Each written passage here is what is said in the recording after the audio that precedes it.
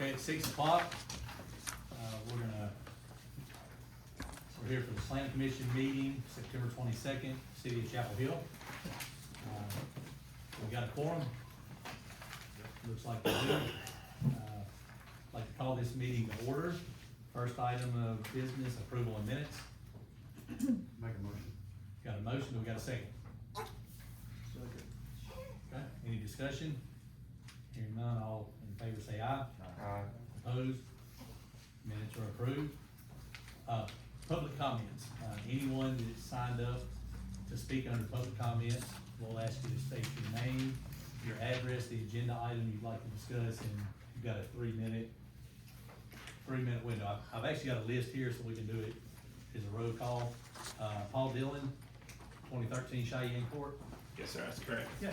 Alright, so what I wanna address is item number 2, that's covered under old business. The consideration made recommendation to the Board of Mayor and Aldermen with respect to the annexation of property, that's at Old 99. As some of you already know, I filed an official formal complaint against Knox, the city attorney, and Mayor Falkenberry. They each had, he being sworn in during the meeting, brought it before and started discussing it. He acknowledged that he needed to recuse himself, but failed to do so. And then the whole entire board as a whole engaged in the conversation. This violates multiple laws under Tennessee law.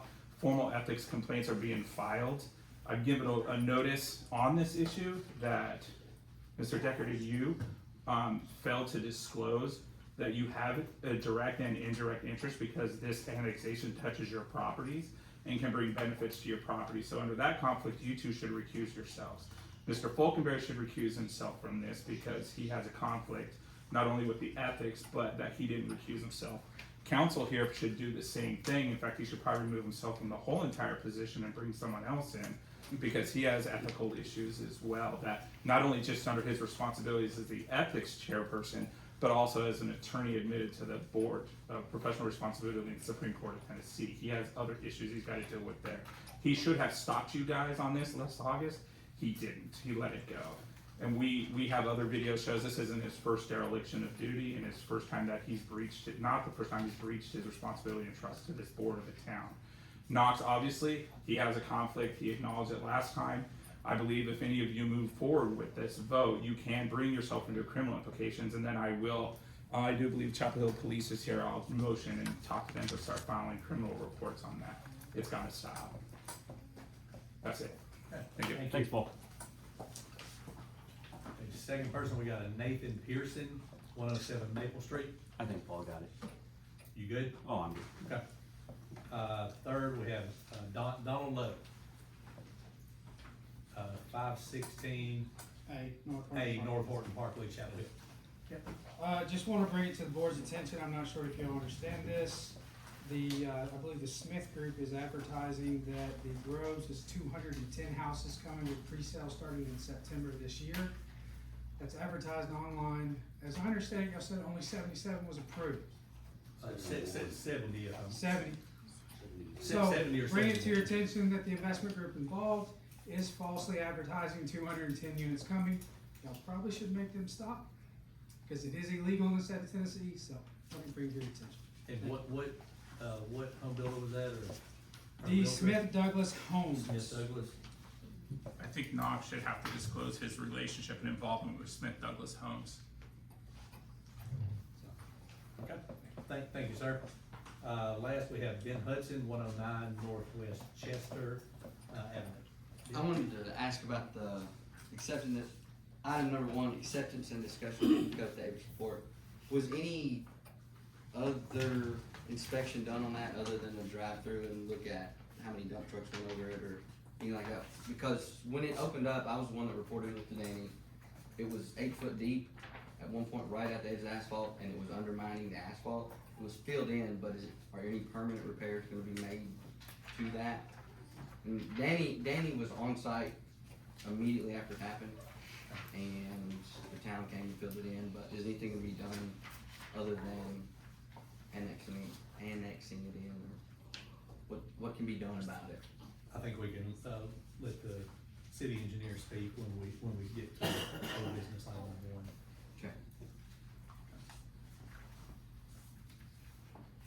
that's everybody that signed in to speak, under public comment, so we'll move forward on the agenda to hold We have it. one on the agenda too.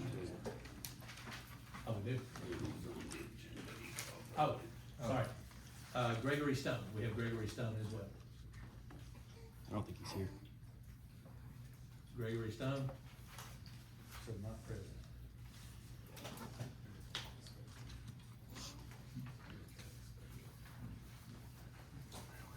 Okay, so that's it under public comments, we'll move on to old business.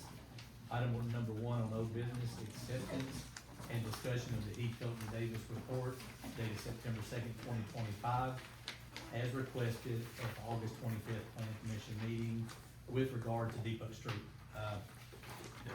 Yeah, Go ahead. Donnie and I went out there and looked at it, and we just, while we were standing there looking at it, two dump trucks loaded came through where that patch is. There was no, you know, forming pavement or anything like that, so that was good to see. Now, as far as the 8 foot deep, you know, no, we haven't, you know, we didn't, you know, it's riprap. But I mean, what we'll have to do is just see how it holds up, and if there's any, you know, problem with it. You know, look and see if there's any damage done to the concrete wall for the cistern. So, Did you see a concrete wall in there? no, everything's covered up. There's not. There's a pipe in there, a casing, but no concrete is in there. There's only a pipe driven down into a previous sinkhole to allow the water to drain back when the city or county, I don't know. It's right at the edge of the city limits now. 145 feet ends at the end of the road there. The sinkhole was like at 174 feet. That's not a professional measurement, that was a rolling wheel. But it's outside of city limits now. But is there any plan to do anything about it, or just when it falls in? Or just Well, we just keep monitoring and just see. let it happen? But right now, everything's stable. Right, but where the sinkhole's at is adjacent to the pavement, it's Yeah. right on the edge of it, Right. and all the water's still running in through the riprap into it. Okay. Was a permanent fix made? Was any geofabric made like you would do with the sinkhole regularly? Was any riprap placed other than riprap? It was just shot rock, no fabric, So no permanent fixture, no. So we just have to keep monitoring. just keep watching. Right. Do we know what cost them? No. No. So is there any recommendations other than just monitoring? Right now, yes. Which technically, right now, it's a county. Well, that It's was county my issue, question, is that- do we know That's a if city it's in the town or if it's in the county So, currently? so according to a neighboring property owner, it appears to be just outside the city limits. I thought it was just inside. No, it's outside. It's just outside. Figure this out before you. I took a vote. roller wheel and from the abutment Yeah. of the CSX underpass, Yeah. 174 feet from there is the beginning of the asphalt patch going west. So technically, from a city standpoint, until it becomes a city responsibility. It's not y'all's issue now. Not at this present time, it would not be a city issue. If the depressional area or the injection well, if you will, is on county property, it would not be a city issue right now at this moment. Unless it's annexed in and then becomes a city That is issue. accurate, and then. Is it normal not to investigate these things before voting to annex? So we will probably Just defer ignore to that. our engineer with how far we take the monitoring. As far as spending money and doing further studies, if it's in the county, probably nothing will happen. And this doesn't really relate directly to the annexation question, but did the town do the remediation work previously, or was the county? The county done to their spec. Okay, And the city came out and filled it in with riprap at one point, this The most shoulder. recent. We filled the shoulder in. So the city did work on it though, on the sinkhole. Yeah, on the shoulder of the road. Okay.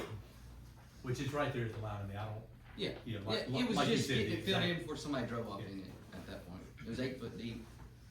so with this item, is there anything this board needs to do other than just report our findings? It says acceptance and discussion. Accept it. You would have to Accept file the a report. motion to accept the report.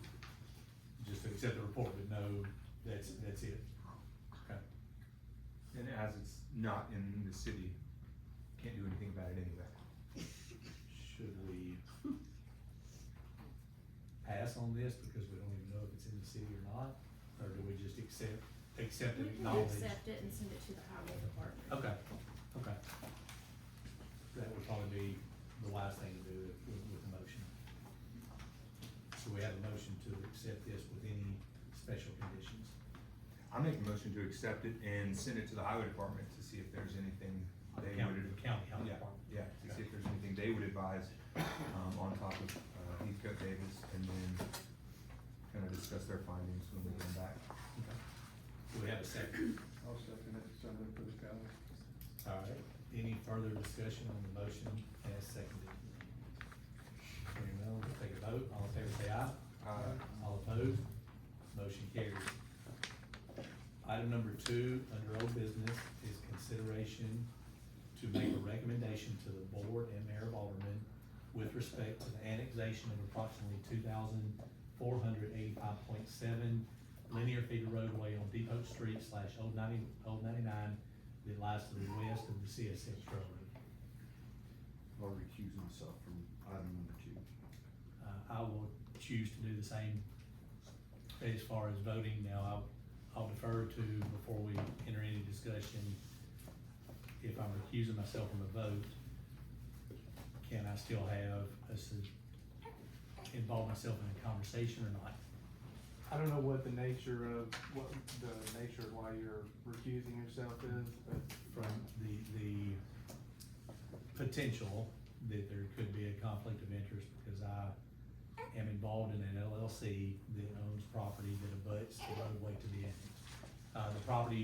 The property that I have an interest in, I shouldn't say own because I don't know it, the property I have an interest in is not intended to be annexed at this time, but because the roadway in front of it, because this was just brought to my attention, I would choose to just recuse myself from the vote. But I still have an opinion Okay. relating to, Yeah, again. relating to pros and cons. I would have an opinion, but I don't think I want to vote. It sounds like at one end, you have an indirect potential financial interest in Correct. this vote. And you disclose that, you could probably still participate in the discussion since it's not something you brought forward, but just take that into consideration. Okay. All right, so Mr. Knox is gonna abstain from voting. I'm Isaac Zimmerly choosing to do the same. And just for clarification, anybody that has a potential direct, certainly a direct, but even an indirect financial interest in this or any other vote should recuse himself from that vote and maybe discussion.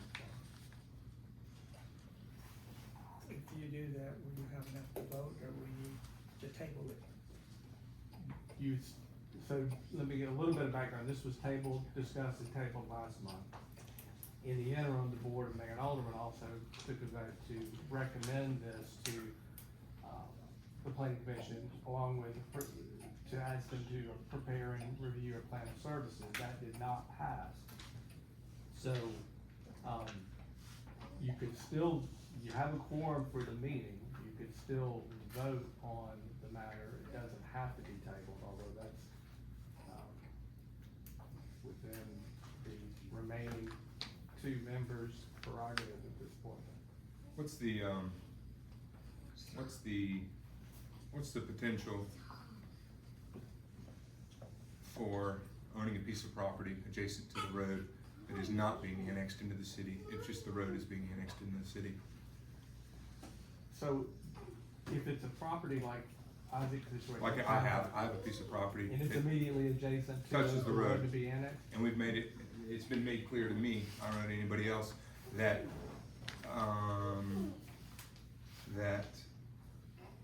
annexing the road in has nothing to do with property to the left or to the right of the road. It's 100% the road, nothing to do with the property. It is strictly a proposed annexation of the right of way. However, if a property is to benefits directly as a result of that being put into the town, I'm not saying that it does, but if it does, then there's a question of whether there's an indirect interest that at a minimum should be disclosed.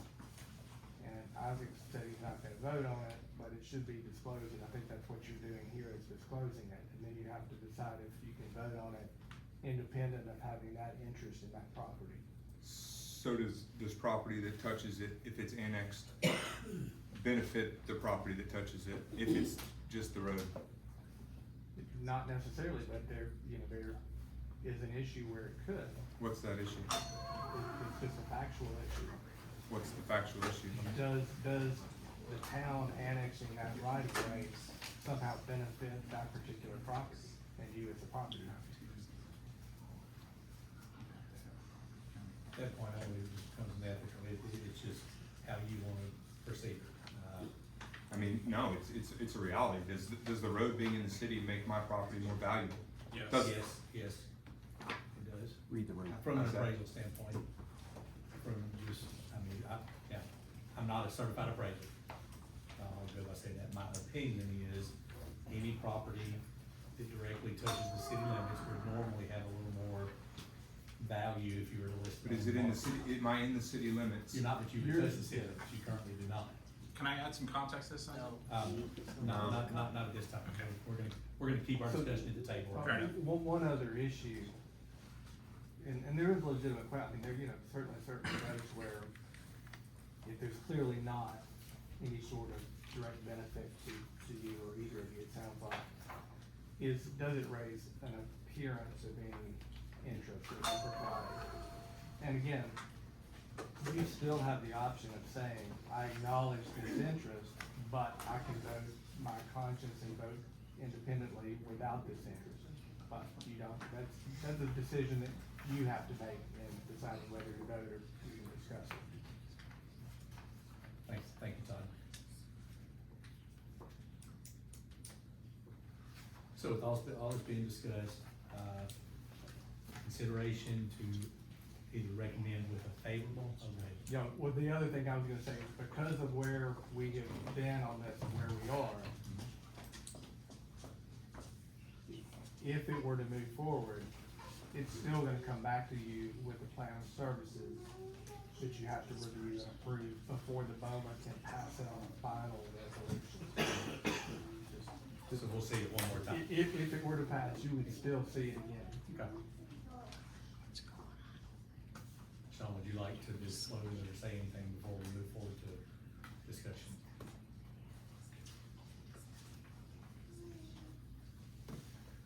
And you can vote on something if you feel that is not gonna affect your property at all, you certainly have the right. I wanna do what's in the bounds of the law, but it was told to us that it doesn't affect property to the left or the right of the road, it's only the road. It doesn't affect if the property's in the city or not. Correct. But by the roadway being annexed, it does bring the city limits to your boundary, whereas before, your property does not touch the boundary of the city. So that's really the difference. Once the roadway is annexed, anything that abuts that could potentially be viewed as being one step closer to potentially being annexed at some point in the future by you or someone else that may not even, you may not ever want your property in the city. I don't. And if that's the case, it's a gray area. I don't think there's a right or wrong.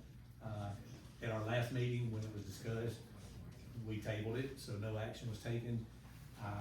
The thought of that being in anybody's mind did not even cross my brain, so I didn't have any discussion on it last month, but now that it's been brought forth by citizens in Chapel Hill and the surrounding area, I just feel that it's best for myself to recuse from. Well, and for example, and I'm pointing out the obvious, but it's being brought to support development, that again, it doesn't touch the development, it doesn't become part of that property, but it's being done to help that move forward if it's done.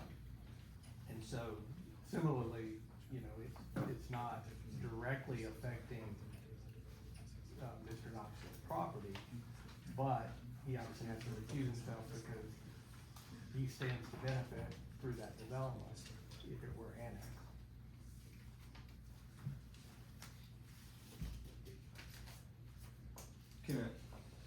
Can a second entrance be put in without the annexation of the road. Okay. So we'll discuss this matter before we take a vote on it. And again, this is simply to pass this along to the mayor and board of aldermen as a favorable recommendation or a non-favorable. You wanna have a motion first before. Okay, do we have a motion relative to this item?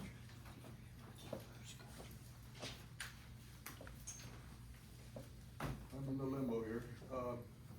If we go into it with the favorable, before it becomes final, we have to get the report back from the county Yes. highway and the plan of services Yes, sir. before we go back to. You may also make a motion either way and vote the other way if you would like. Say that again. You can make, am I not correct? Yeah, you can make a motion. You can make a to rec- motion just And to then after open up discussion, discussion yes. and then vote the other way. Yes. But there's So gotta you're be a motion and a second to have discussion on it.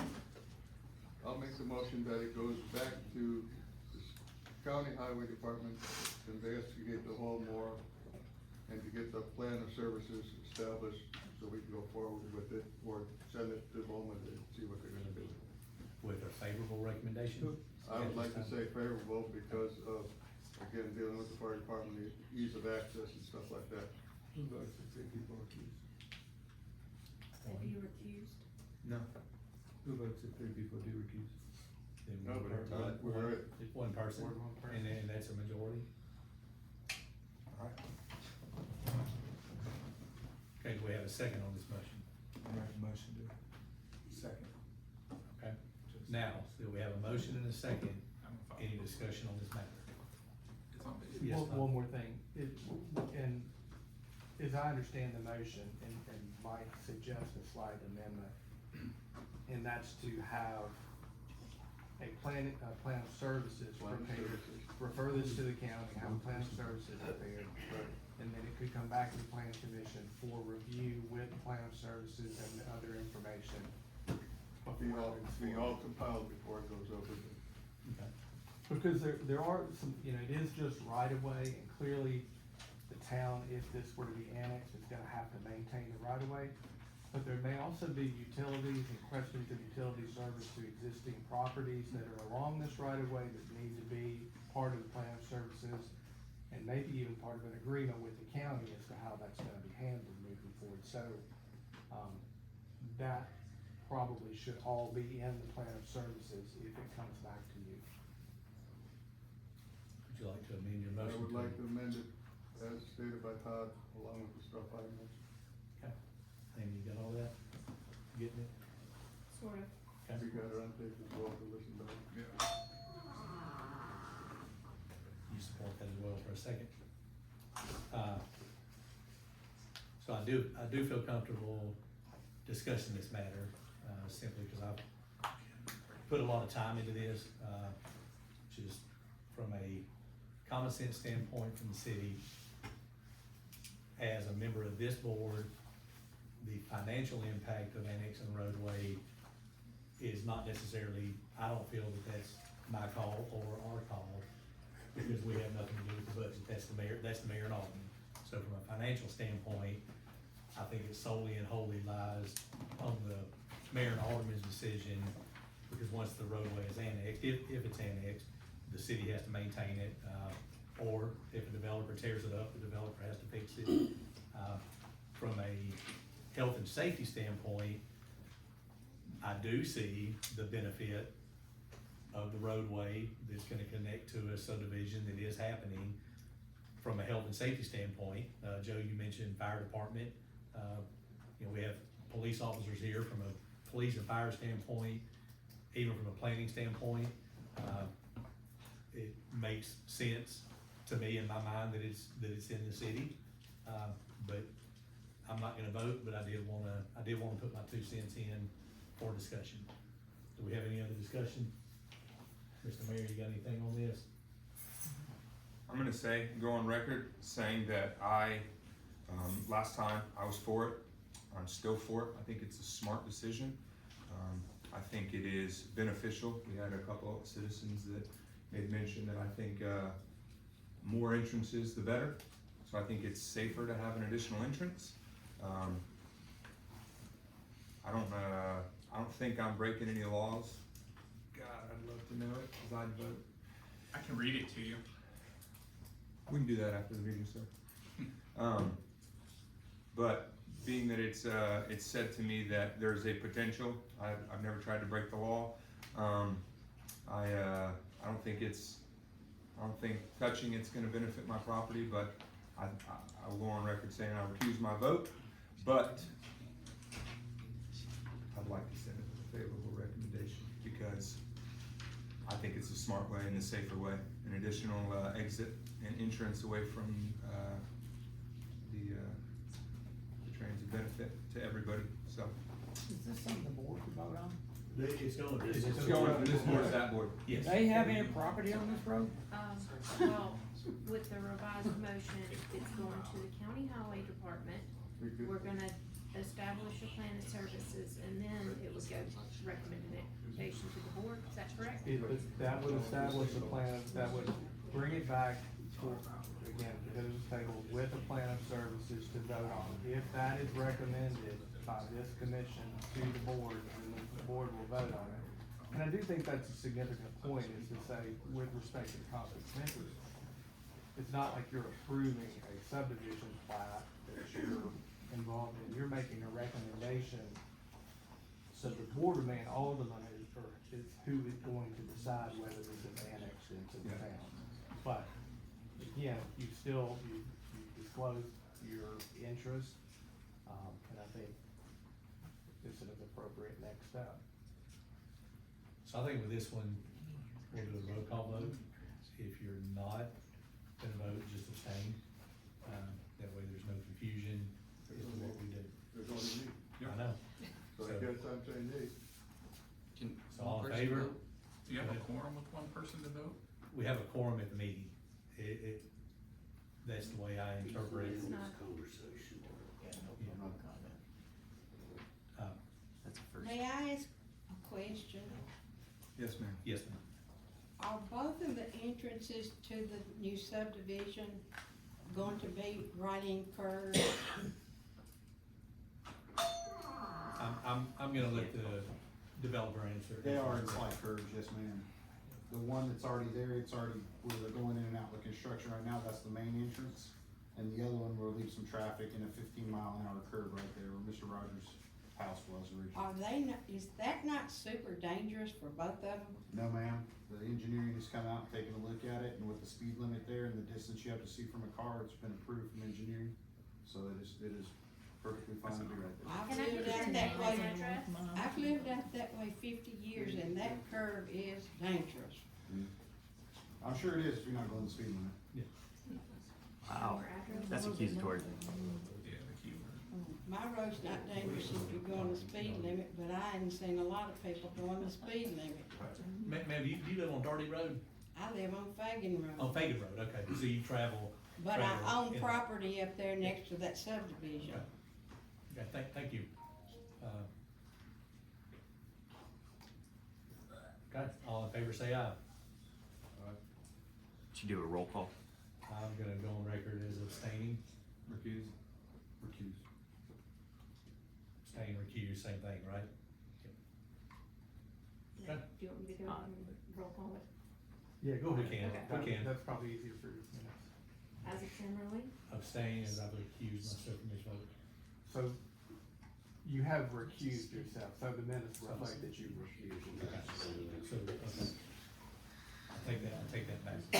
I've recused myself, so no vote. Sean Deckert, No. Alderman Sedlack, Yes. and Jeff Knox. Recuse myself. Okay, we'll move on to, old business, agenda item number 3. Consideration with regard to determine a required bond amount for Spring Creek Farm Townhomes. I was supposed to note that y'all are all re-entering the meeting. Oh, thank you. Do we have anybody here to speak on the Spring Creek Farm townhomes bond. What's our newest communications with, Mr. Atkins? We haven't had anything further. What we needed to establish was if either of those bonds could be reduced or removed. Well, what we're looking at now, trying to get the updated bond numbers and the quantities, to know what to, adjust. So, Okay. we'll work on that with certain principles. So at this time, it's still in discussion with the applicant and engineer? Correct. Okay. So we're gonna table it again for Uh, next meeting? How many times can you table it, or does it matter? Oh, for this, It's as just a many times as you discussion. need to, Okay. inside the plat. So this is tabled then? Need How a long can we motion table and a it? second? We've got the bond for the, Cause we didn't have. So we gotta make sure the bonds don't expire. that's right, that's what I'm saying, that's what I'm asking, yeah. They renewed the bond. Okay. Yeah, we're good Go for for it. several months. Okay. All right, So. You gotta have a table. motion to table. I'll make the motion to table till the rest of the information is brought to us. second. Okay, got a motion, second, any discussion? Hearing none, we'll vote, all in favor say aye. Opposed, motion carries. Okay, that's all of our old business, moving on to the new business. Consideration to approve or deny the Purdom Minor Subdivision final plat for the property located at 221 Maple Street, Chapel Hill, Tennessee. Tax map 21I, Group B, parcel 10. Someone here to speak on this? Yes, and I also have Russell White with ASN Land Surveying out of Lewisburg that did the plat with him, so we're here to answer any questions or comments. I just turned that in tonight with the revisions. So this is the new plat with, I know there's been some engineers. That's the latest revision today. Let's get back to these. Press. Hold on, Chris. So this has been discussed with the applicant, applicant's representative and the city engineer.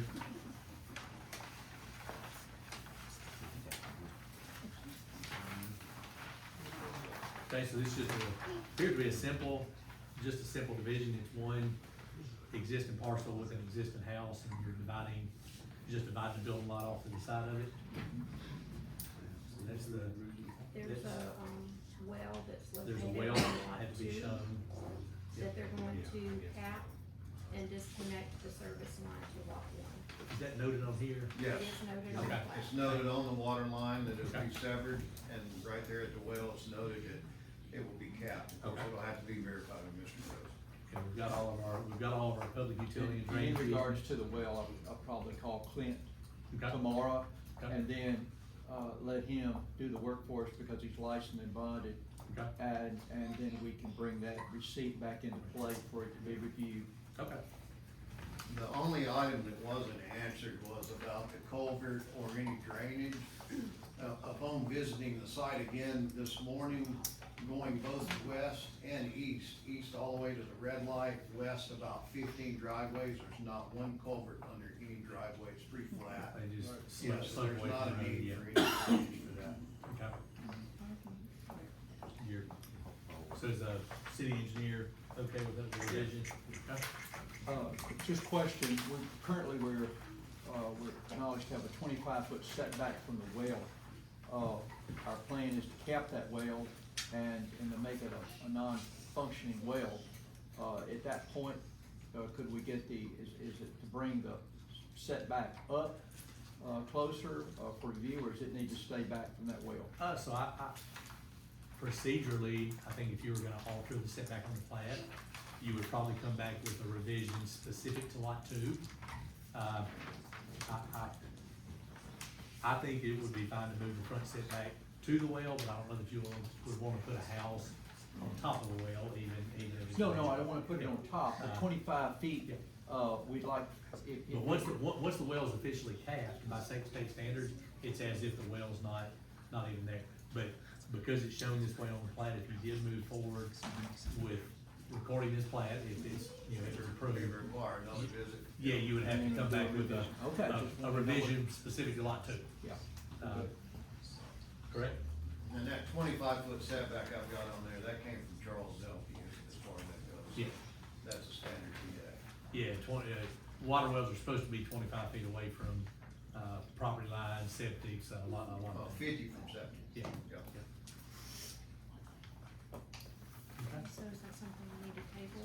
to get Well, them so to- does the applicant wanna table the plat until that's fixed, or would you rather, No, I just raised the question, if I raised the someone, question, it's been answered, if someone wanted to put their house Exactly, in yeah. front of the setback line, it would have to be amended on the plat? amended, we can bring that later, but no, we'd I like to think, go ahead. our intent is to move forward. Yeah, we wanna Okay, move okay. forward, yeah, it was a question, one. Yeah. I see all the notes on the plat, it looks like a pretty clean plat. Save everything on there like it needs to be? Alright. Donnie, you're good, all the utilities are existing, so. Okay.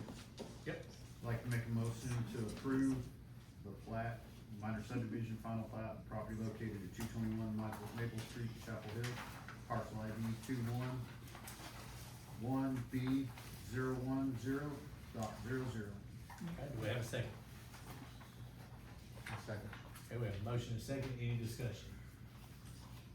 Hearing none, we'll take a vote, all in favor say aye. Aye. Opposed?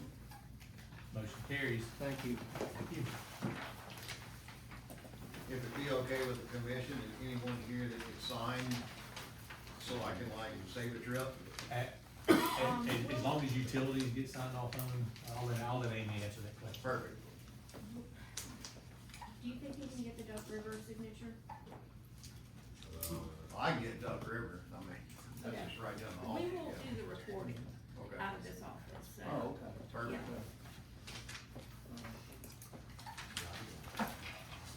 You can do it? Okay, we'll just need Ms. So Burnham to come that by can and be sign signed it. off once Clint is finished. Okay, Is that that's correct? fine. Yeah, that's good. Okay. What's the fee? Recording's $17, I believe. And I think you've already paid. I think you've already paid the plat fee. Okay, all right, yeah, we played that ahead of time. All right, good. He's got his money. Next is your tax. Yeah, You yeah, gotta get prepared for yeah, that. yeah, we're all good. Thank you. Appreciate it. Thank you, Phil. Okay. No other new business, we'll move on to discussion. I do have one item for discussion that we know about. It's been brought to our attention that a business owner on Depot Street possibly was gonna pour a concrete driveway across the neighboring property. It's been represented to me before the meeting that this is now not gonna happen, but I do want it to be on record that a property owner does not have the right to cross somebody else's property without their permission.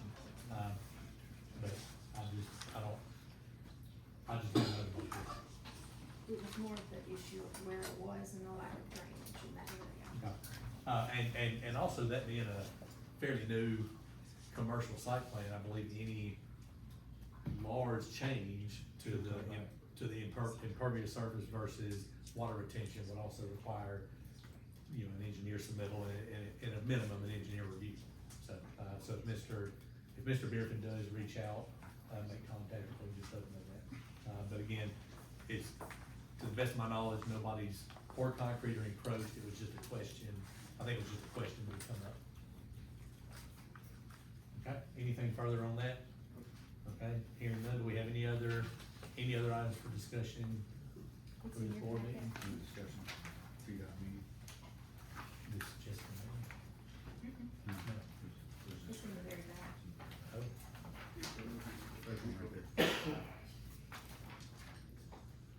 Okay, so the, item number one, after Beerfin here, we got a TDOT meeting held on 8/26 regarding the McDonald's development. They're gonna- And this is just discussion. Yes, this is just discussion. They're So gonna you- require a turn lane and things are still in progress, so, that was just There's a, up in the air right now. we're trying to get back together with TDOT, McDonald's, and have another meeting. McDonald's kind of bought putting a turn lane in, and because they were gonna have to flip the whole bill for it, so TDOT's not wanting to budge on anything. that's just an update on that. Item number 2, McDonald's site construction plans. Plans have been withdrawn by the engineer until all comments can be worked through. So the site plan that we saw has officially been withdrawn. Okay, pending engineering. Along with the turn lane, they were asking to put the entrance across from the path space as well. So it was gonna Which cost was, some. it was gonna cost a little more, where they would have to buy either buy or get an easement from Gotcha. Smyrna Baptist on that. Okay. So still a little bit to work through with all that. Item number 3, Board of Alderman Resolution 2025-015, adoption with regard to Marshall County Building Code building permit standards for residential construction. Is that just adopting the newest codes? It was adopting them across the board. Okay. They had a, plan standards that they need to go by. Okay. So we adopted the resolution, or the resolution to state that we are on board with that Okay. and we support it, so going forward, It any makes it developer's beautiful. gonna have to abide by those, Do, and, just for residential. but we don't have, the board's already. It's just for Yes, your okay, knowledge. okay. It's just no. So it's just getting county-wide, everybody's on the same page, okay. Item number 4, commercial storage units are coming before the planning commission next month. Which permitted use table would they fall under? After October 6, 2025, the zone is a special exception. Did they submit it? They have sent me the plans, but they still haven't paid any Okay, fees, so I'm, you tell me. I'm probably gonna defer to Todd, but it's my belief that if a submittal happens ahead of the rule change, they would follow the permitted use table that's in place until October 6th. If they don't submit until after October 6th, they would have to comply with the So new. once they pay their fees, then they're officially submitted. They're on, yes, correct. Okay. Is that, did I state that correctly? So, and is it not permitted under what they've submitted as Right it's now it currently, is, but it wouldn't, it'd be a special exception under the new zoning? Yeah, under the new permitted use table. So, the purchaser that they have lined up for that property wants to know if that's gonna be acceptable for that location. It'll be on the lot where the daycare was going to be, off of Caney Springs Road. So it would be commercial storage, so no utilities, nothing like that. We'd still have to have a restroom and stuff like that, commercial. Not for mini storage. You don't have to No, have one. not unless there's an on-site office. So if it is strictly mini storage with the self-closing gate, Is there a perk side on that property? they have access to sewer at the highway. That was the issue with the, Yeah, but that was for a bunch. prior use. I wonder if there's enough to get one perk side or to put a commercial bathroom. I would say they'd be better off to get a city sewer tap and a single bathroom. Most likely would not require a lift station or a major improvement like the daycare was gonna require. The daycare issue was a bunch of toilets being flushed at one time creates thousands of gallons of water. so to muddy the waters further, the town could make a determination whether this is pending legislation that has the new zone in effect, because that clearly has gone through planning commission, board approval on first reading. It's only a difference between whether it's a permitted use or whether it's approved by special exception. So that's something that would have to be decided basically by the board when this comes to the board, This board, when they submit, yeah, when it well, comes. we're just gonna ask you. Well, but you say, okay, well, it's either a new zone or it's gonna be, we're gonna treat it as this was pending legislation, so Okay. we gotta treat it like a special exception. Which, Now, if it doesn't pass, then it's out. clearly, Yeah, but yeah. assuming the updated permitted use table passes, then you could treat it as a special exception. So would that just change their submittal? It would a little change, bit? yeah, I think I would, Lean toward, yeah. so So that's one of those things that when they're submitting the questions, that basically the planner has to answer as the administrator of the zoning ordinance, Okay. what the answer is. Because sometimes it goes the other way. Sometimes you do treat it as pending legislation and enforce the new regulations. So they submit. It's not like a development that has vested rights in the subdivision regulations that were enacted when they got. Because it has to do with the use of the property. So could they submit for a site plan approval and a special exception simultaneously? Yep. Okay, okay, so when they apply, just be safe, go ahead and just have them apply as a special exception and a site plan. Does the board see anything, other than if there's a commercial bathroom, any other issues that might come up? So the property was, at one time it was zoned high density residential, the current property owner, he rezoned it to C2, or B2. So it has the proper underlying zoning with the special exception side. Other than a site plan, dealing with drainage, I know part of that property is in a bowl. There's, adjoining property that potentially could be affected with water runoff as well. I think that came up with the last site plan that we saw on the property. There's, I don't know what percentage of the property, but there's a pretty good percentage of the property that's in a bowl. Okay, item 5, setback requirements for permanent fixtures on a lot. Would an in-ground pool still be required to meet setback requirements? Would regulations need to be changed or clarified, inserted into the zoning ordinance? Currently, we do make any permanent fixtures meet our setbacks for whatever zone they're in. Okay. It has come up again about a pool. Okay. So I want some clarification from you guys as to, am I doing it right, So I guess? It's an in-ground pool. I mean, I think that's clearly a permanent structure. I don't. And is there a difference in treating it as a setback related to like a detached building versus a primary house?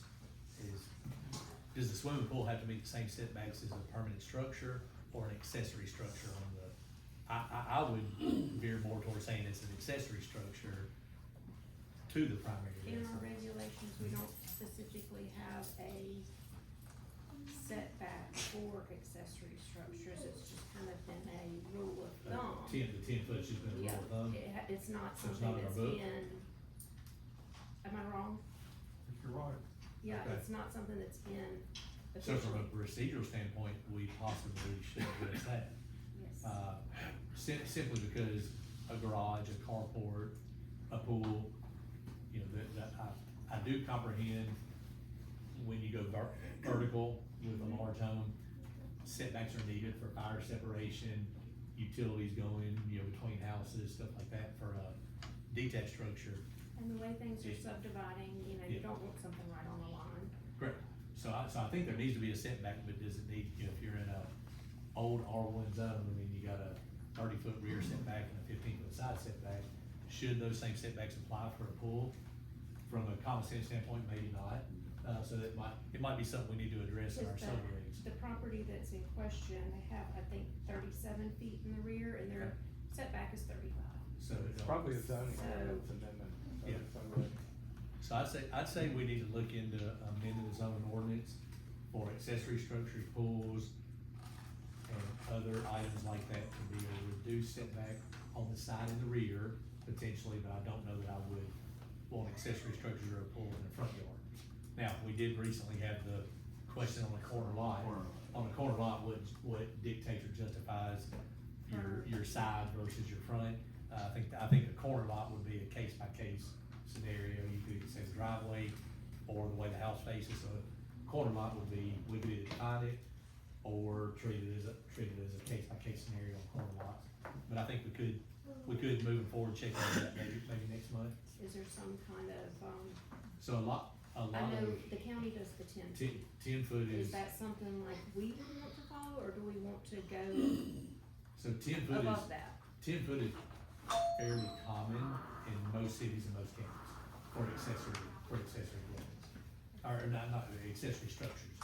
Accessory structures, 10-foot rule, you're not getting so close that somebody can't get in there to dig up a utility line or build a fence.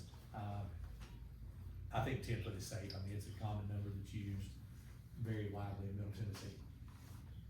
Do Steve, you want do to you? draw something up and then we can Yeah. Okay. have it for next month? So that would be amending the zoning ordinance? And one other thing to think about, I mean, it doesn't have to be uniform across every zone. You could have a different setup. You know, on larger lots, you might have a larger setback, it might not be 30 feet, but it might not be 10 either. Okay. That's something to consider as well. Do it specific for each R1, R2, R3. And then I guess a PUD has its own setbacks already predetermined if there's a PUD overlay. Does that answer your question? I think we. Yeah, we'll work on that. Okay. Okay. Do we have any other items for discussion? Okay, hearing none, closing remarks. Do we have any closing remarks by anybody? Hearing none, we have a motion to adjourn. Okay, we got a second. Second. All in favor say aye. Aye. Very good. Thank y'all.